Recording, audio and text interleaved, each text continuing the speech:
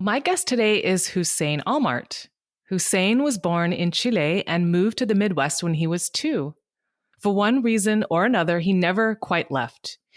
He grew up and went to college in Illinois, volunteered on a reservation in South Dakota, then back to Illinois to work and raise a family. He and his wife Suzanne have 3 kids, a newly minted 18-year-old and twin 6-year-old boys. Husayn now works as a partner advocate at the Wayfarer Foundation, and in between preparing an unending buffet of snacks for his kids every day, he likes to binge TV and do embroidery. Husayn, it's so nice to have you back on the podcast. Yeah, thanks. Thanks for having me. Of course. This is, well, it's always timely, I feel like, when I speak to you. We have a lot of the same cares and concerns about the world, and you are on your own unique path in terms of offering your contributions and your service. So I'm happy to chat with you more and hear about your new insights. And I know you're in a new capacity in terms of your day job, and I know that you are working with a variety of communities in terms of social justice and community building. Feel free to share whatever you'd like about the work and how it inspires you. Yeah, it really does. Like, I kind of feel like I'm in a little bubble with everything storming around.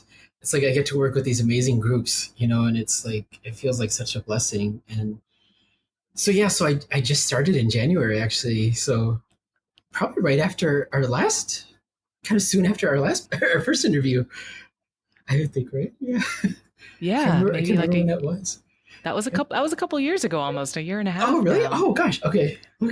Time is, you've been very busy. With lots of new pandemic brain endeavors.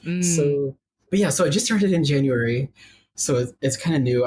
Before that, I was at the Baha'i National Center in fundraising. So it's kind of like the other side now.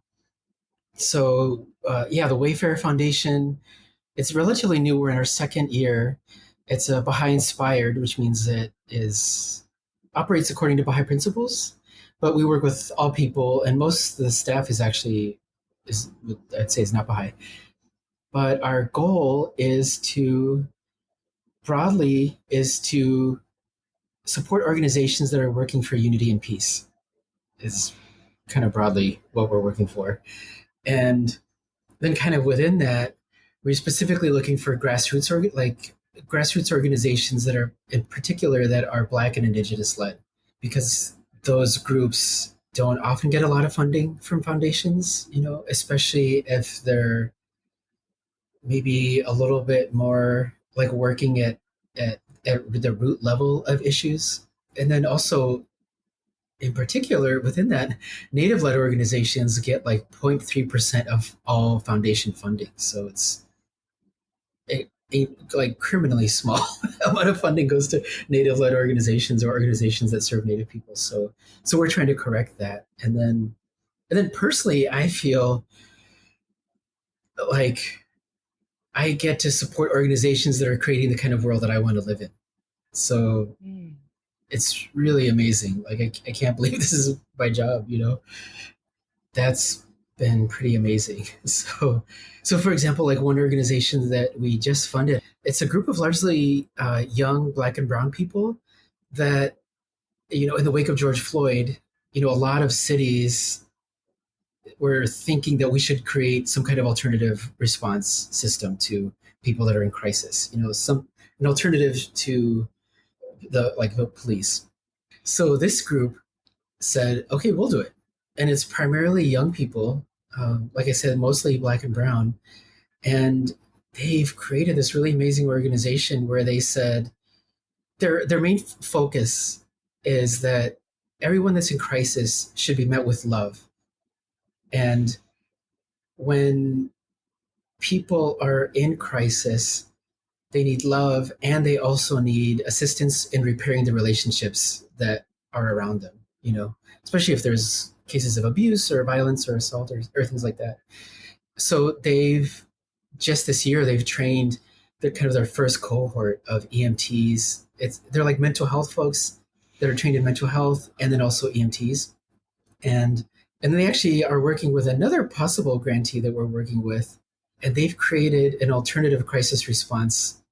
It's like a alternative dispatch. So instead of calling 911, if it's an issue of mental health, someone's having a crisis or they're unhoused or some kind of immigration status thing, you can call this number, and instead of a police officer or someone with a gun, you get someone that's specifically designed to help you with that issue.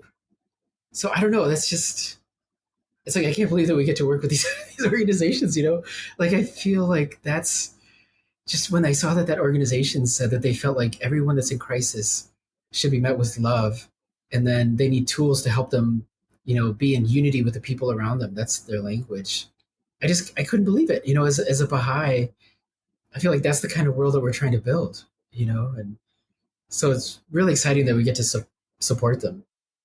That is really inspiring, because I know I've heard of many conversations over, especially the last couple of years, about alternative approaches Mm-hmm. to crisis, injustice, or just, traumatic situations. And I know there have been ideas floated about having resources that are focused on mental health, or, more of the social advocacy resources to be tapped on more frequently for some of the emergency calls. And I've heard about this, and I didn't know that on the ground this was starting to sprout, and that there were organizations focused on bringing this into reality. So I appreciate the sort of the using the idea of love and justice and healing,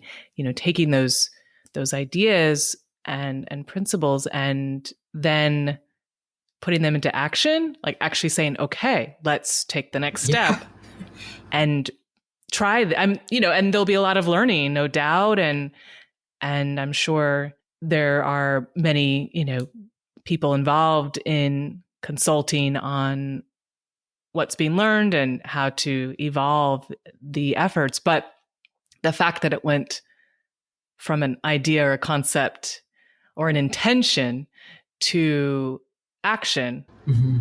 that's inspiring to me. I think, wow, people are really trying to make change. And it does start with the conversation. It does start with talking about the ideas of change, right? Mm-hmm. I mean, there is that intellectual exercise.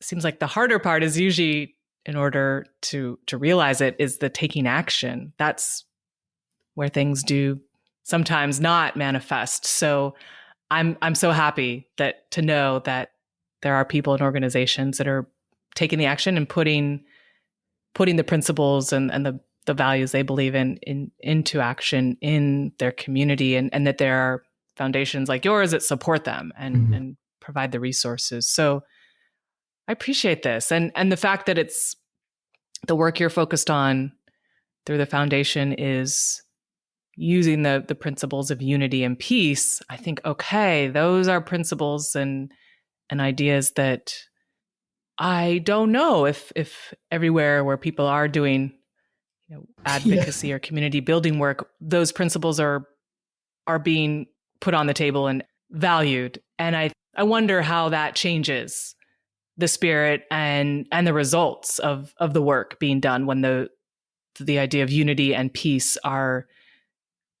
added to the recipe, because those are such lofty ideas and they sound so beautiful. And I think most people know what they mean in their essence. And they may think that that's great, but like how, what is that really going to matter? Or how is that really going to play a part in like getting the work done?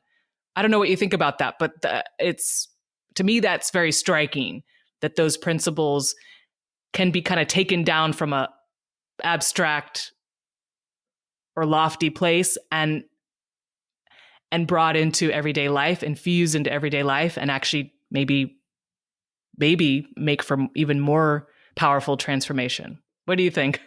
Yeah, actually, as an organization, because this has been kind of a relatively new, I wouldn't say it's necessarily a pivot because it's not a huge change from what we were doing, but I think it's more being being aware of our intention that these are our goals to work with organizations that are building peace and unity. But yeah, so once we decided that, then it was like, yeah, what does that mean? We're consciously, I feel like, and what the team is engaged in is yeah, what does that look like on the ground? And especially in organizations that, because one of the things we also try to do is support organizations that are spiritually oriented. Like they don't have to belong to a certain, religious tradition or anything, but it's like they have to hold at the center spiritual ideas about justice and unity and universal participation. But then, yeah, again, it's like, so what does that all mean, and what does that look like in practice? And especially, yeah, when organizations are kind of getting at the root of a lot of things and what it means to have justice and what it means to have like law and order. They're they're saying, what if we imagine a world where someone who's having like some kind of crisis isn't met with someone with a gun, but is instead met with love and compassion? And and then also, does that feel safe? I think, because I think for a lot of people, it's like, especially if they live in a place where I would say where police and ideas of law and order work for them, they're like, well, you can't do away with that. You need police. If someone's in crisis, you need someone with, with a gun to go meet that crisis. But what this group and what like all groups are saying is, what if we imagine a world where everyone is met with love, but also we keep the community safe, but that doesn't necessarily mean that we take them and put them in a prison or a cage somewhere. And then they go a step further and they say, what if we look at the root causes of why people are in crisis or why people commit crime? And what if we address that? You know?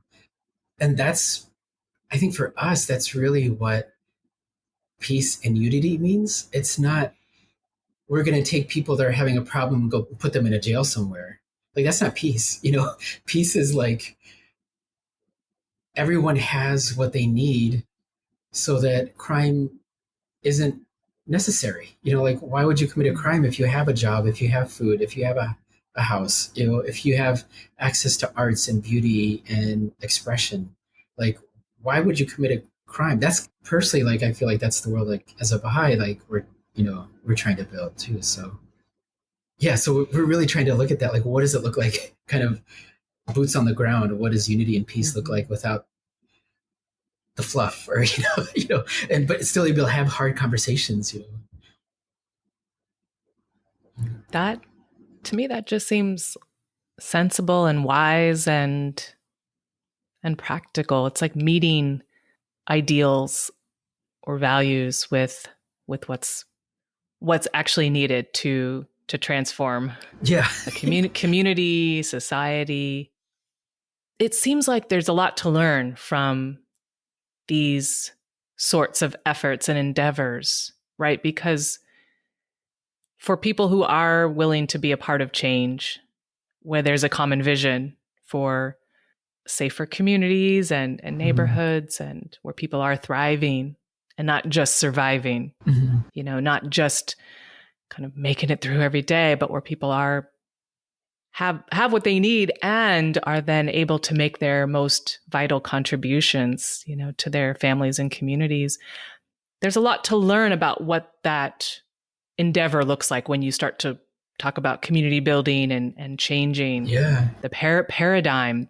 So I hope that more and more people pay attention. I know that for your foundation, you're at the start of this journey, and all the organizations who are involved and who will be involved, I think, are really, it's so important to have. It's like an experiment, not to reduce it to that, but it kind of feels like a very an important experiment, a vital experiment to see how can we do this? How can we make the change that most people want? And also, I appreciate principles and values that are truly universal, That's why they're universal, because I think sometimes there's Mm-hmm. semantics and people get tripped up on, no, I'm not about that, or I'm not about that. But I Mm-hmm. think when there really is a heart to heart conversation, here's what I mean. Here's what I imagine when I think about justice, or when I think about peace, or when I think about love or unity. I think there really can be more conversation, meaningful conversation about what we're actually talking about when we use those words, so that people can get on Mm-hmm. they can maybe realize, oh, I am on the same page. I just didn't really know what you meant when you said unity. Like, what is Yeah. that? Do you know what I mean? Like, I think those Yeah. conversations are important. And I think the work that you all are doing, along with the organizations in these communities, can elevate those conversations, can spark those kinds of conversations, because it seems like most people probably want the same things when we're talking big universal Mm-hmm. values Yeah. and guiding principles. Sure, everybody has the right to apply those to their lives in their own unique way, and their what they feel is best for themselves and their families, but it seems like we need to get clearer with each other about what we're actually talking about, Mm-hmm. so we're not tripping over semantics. And I think if those conversations were had more, people would realize, oh, okay, yeah, I do want what you're talking about. Yeah. That is, I'm on board. I'm on board. Yeah, it may look different in terms of the way I apply it to my life, but yeah, I can get behind that. And then that just generates like that cooperative spirit, that collaborative spirit. And I think ultimately people can become unified when they realize we want our communities and our families and our society to get better. We want everyone to win, Mm-hmm. Yeah. not just some people, whatever winning means, but thrive, I guess, is really Yeah. the more powerful word. But it seems like this work that you're involved in really could be a catalyst for more meaningful conversation, and creating a better understanding for what we're all talking about when we say we want change and we want improvement. Mm-hmm. Yeah. Just some thoughts I had real time. Yeah. Yeah.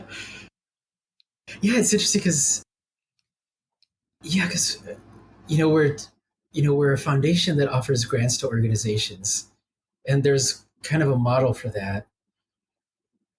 And we're trying to figure out, is that model healthy? Is that what leads to real change? And is like, what does that look like for us to inspire, or, to support real change? Because I think for a long time, foundations were kind of like just throwing out, like, here's some money for you, here's some money for you, you know, come back to us with a report, and then that's it. I don't know, you know. So, but now we're trying to, like we're trying to think through. Okay, so now we've offered we're essentially we're trying to rethink the relationship between a grant offering organization and then organizations that receive grants, because I think for so long there's kind of an inherent power dynamic, because the grant making organization has what the the organization wants. Like they need the money and the resources to keep going. And then for a long time, grant making organizations, foundations have been able to say, here are the hoops you have to jump through to get at what we have, and so we're trying to change that. We're trying to say, one, it's like, yes, our this foundation has resources, but we're also very aware that while we have access to some resources, the organizations that we're working with and trying to partner with, they have access to a whole other range of resources, community knowledge, nonprofit management experience, especially with these organizations that are native led and black led. It's like they operate in a lot of different ways than, maybe traditional like white organization nonprofits. So, and it's not like we want to take that, like we don't want to have like a transaction, like we give you money and then you give us knowledge or something. It's like, okay, so the grant is the first step in a relationship of us supporting them, and then we want to figure out, okay, now that we have this relationship, how can everyone benefit? How can other organizations that are working in the same issues benefit? Or if there's an established organization that we're working with, how can an organization that's just getting started benefit from that organization, and how can we facilitate that conversation and that learning? And actually, we just had a really powerful experience just a couple of weeks ago. We invited about 10 of our native led nonprofits to Chicago for 2 days. And kind of the anchor was to see the new Native American exhibit at the Field Museum, which it's really amazing. I really recommend it to everyone. In the Chicago area. Yeah. Or in Chicago. Yeah. Because what they did is they had this old exhibit, I think that was from like the 50s or 60s or something like that, which was very much like Native Americans are in the past and here's what they used, here's what their life was like kind of thing, And then they also had like sacred objects or objects that the curators didn't know enough about. So they would be upside down or facing the wrong way or, things like that. This is all stuff I just learned recently, But they created this new exhibit in consultation with over 100 tribal nations. And it's a mix of like old and new. The sacred stuff that should never have been on display, has either been repatriated, to the tribes that owned them, or are being kept safe, within the Field Museum collections. But then also the family that is funding the Wayfarer Foundation, the primary funders, also were the primary funders for this exhibit. So we just thought it was like a natural kind of connection. So we invited these organizations, and it was incredibly powerful. Like, I'm still kind of processing it. So that was really the anchor. And then we kind of felt like, okay, so we're inviting these organizations, a lot of whom don't know each other. But we also felt like it's not our place to set an agenda for what they should be doing or talking about. We kind of were like, okay, we'll bring you here for lunch and we'll provide food. And then here's 3 hours for you to use that space, that time and space, in the ways that you need. And the folks that came, it was about 30.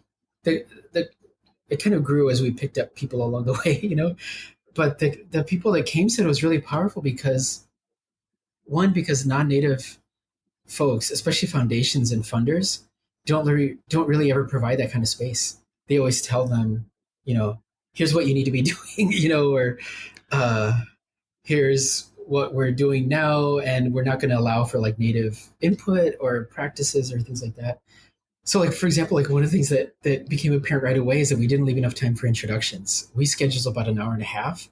And for me, I thought that would be plenty, because if you go to most meetings or gatherings, especially with kind of like in the white dominant culture, introductions are like, I'm Bob, I'm in accounting, it's great to be here, something like that. But these folks, they were sharing their clans. They were like, this is where I come from on my mother's side. This is where I come from on my father's side. Or they would share a bit of their creation story, or they would introduce themselves in their native language and then, and share their native name in their own language. And then they would speak in English. So it was like, that was like the first thing that was like, okay, we didn't provide enough time for introductions because that's like one of the most important parts, so we had to actually carry it over. But then other times, we also didn't provide enough time for ceremony. So, for example, before we went into the Field Museum, everybody wanted to smudge and sing songs and kind of invite the ancestors in to come be with them. And they wanted to prepare themselves before going into the museum and seeing this exhibit. It wasn't just about, do I have my water bottle? Do I have my snacks and my walking shoes? I mean, there's that, but it was also like, are we right with each other? Are we right with our ancestors and the creator before we go in and experience this exhibit? And so it was just like a totally different way of doing things, And it's funny because the folks that came, our partners, they called it Indian time, which partly like they would talk about like, it just means relate to everything, like, the introductions ran late, so we were late for the next thing, and then we were late for lunch, like that kind of thing. But then what I realized that it also means that we take time. We take time to make sure everyone is in relationship with each other, and we know where we stand in terms of who we are and what we bring to the table, and that we say prayers and we connect with the ancestors and God before we go on to the next thing. It was just so profound. It was, it was really amazing. That is, and it took me, I was delayed in understanding who the partners were who said Indian time. Sorry. I thought those were like other foundations, and I was like, but then as you continued on, I said, oh no, I understand. I understand who those partners are, the indigenous. Yes. Yeah. So they have every right to use that term. Okay. Wow. So much learning there. Yeah. And what you said, even there's so much I want to talk about in terms of this kind of latter part of what you shared about the day with the indigenous communities. But where you started, I believe, was talking about the model of foundations, and not that we have to delve deep into that, but I want to comment and say that I didn't know much about what that model looked like or has historically looked like. So I really appreciated you, without, putting it down so much as just saying, okay, this is the model. Maybe it's not so helpful. We're looking to, to evolve it and to change it. Everybody was trying. But that distinction is important. I didn't know that, I didn't realize that, I didn't understand the characteristics of how it was a little more transactional maybe, or has been traditionally in terms of foundations and the grantees. And that to me raised the point, which you then spoke in real human terms about this recent experience, about who really is benefiting. Well, the benefit is ultimately for communities and tribes and people who are living their lives and who want to improve their lives and want to thrive. That's really what this work is all about. And so for a foundation to be removed from understanding on some level why this work is important, why their dollars are truly important. And it's not about the foundation, really. Unless people are actually from the foundation, like in your case, going out and connecting with communities and joining them in experiences, then if you're not doing that, I think, gosh, that is really going to be such a disconnect, and definitely the power dynamic will become very clear. And in the end, it's like, what is this all about? What is the point of this work? Yeah. And that to me is, I'm really grateful that your foundation is asking those questions about how you want to make your contribution and what's important, and ultimately, like, who has the power? Who has the real power? The dollars are powerful. I acknowledge that. Yeah. But ultimately, if the people who are making use of the resources, are really the ones who know what's going to be best for their communities, and to me, that's the real power. Yeah. So I'd want to support that in the most loving, supportive, kind way. But it's exciting. It's exciting to hear about this new perspective. And I really appreciate the learning of this field museum experience with these tribes, because the human cultures that we have need to be taken into consideration, right? The human, meaning, I think, indigenous, that's not necessarily national culture. It's not, I guess maybe ethnic, but I don't know if that's really accurate. But it's a culture, and it's indigenous culture is so diverse and unique to so many factors, location and so on and so forth. So that just speaks to, even though that's a very distinct kind of example, doesn't that apply to anywhere else?